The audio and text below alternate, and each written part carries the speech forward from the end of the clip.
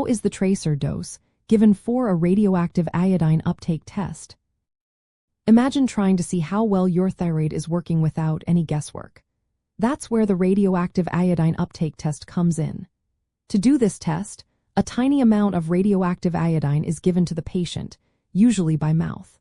This small dose can come as a capsule or a liquid, and it contains a safe, trace amount of radioactive iodine, either iodine 123 or iodine 131.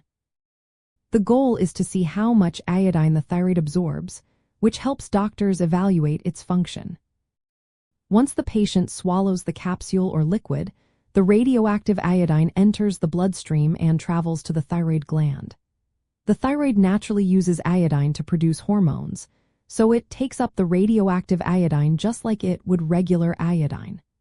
The process takes a few hours, typically 4 to 6 hours, during which the radioactive iodine accumulates in the thyroid. To measure how much iodine the thyroid has absorbed, a special device called a gamma probe, or a thyroid camera, is placed over the neck.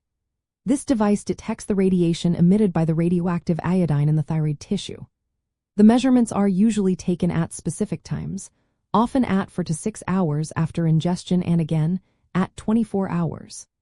These readings help determine if the thyroid is functioning properly or if there are issues like overactivity or underactivity.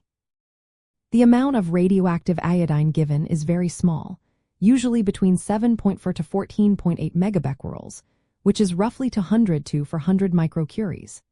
This small dose is designed to minimize radiation exposure while still providing accurate results.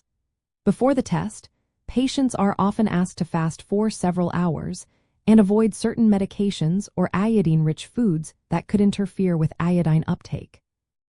The entire process is non-invasive and considered safe. Most of the radioactive iodine is eliminated from the body through urine within a day or two. This safety profile makes the test a valuable tool for diagnosing and monitoring thyroid conditions. If you are scheduled for this test, your healthcare provider will give you specific instructions to prepare and will explain what to expect during and after the procedure. Remember, always consult your doctor for personalized advice and to ensure the test is right for you.